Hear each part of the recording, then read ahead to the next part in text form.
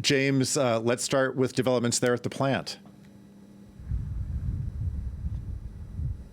Yeah, absolutely. Well, what I can tell you is that we've been trying to get to Nikopol, which is right behind me down this road here, and we've been stopped by the military, who are telling us that for now this area is closed off. It is only open to residents. We are not allowed to access it simply because we're being told that there is shelling ongoing and that we are not allowed to go there for our own security. We have been hearing quite a lot of outgoing shelling from this side of the Dnieper River.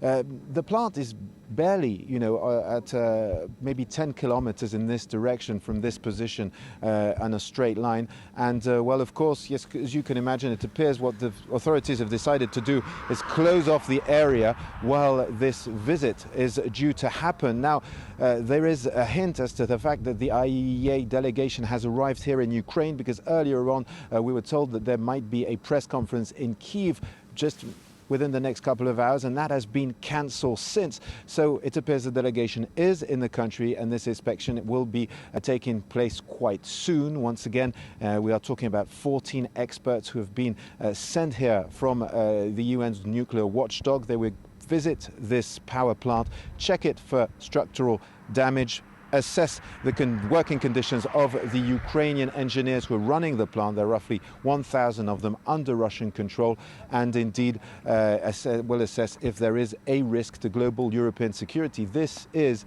Europe's largest nuclear power plant. James, meanwhile, on the battlefront, Kyiv says it has launched a counteroffensive in the south near the city of Kherson. What's the latest there on the ground?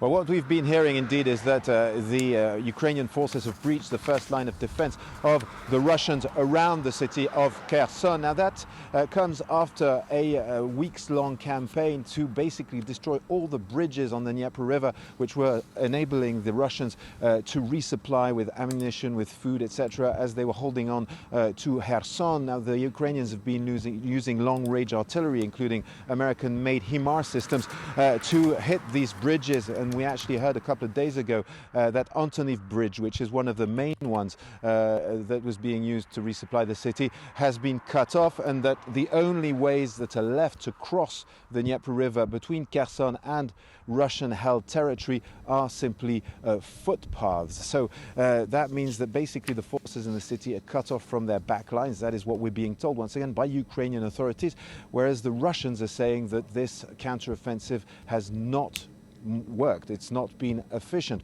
We're also hearing report, and this is in Russian media, that the city of Nova Kharkova, which is just behind Kherson along the Dnieper River, where there is a large dam, and also, and this is very important and strategic for the Russians, there is a water pipeline that feeds fresh water into Crimea. It amounted to 85% of the fresh water that is used in Crimea before 2014 and before it was cut off by the Ukrainians when Russia annexed Crimea.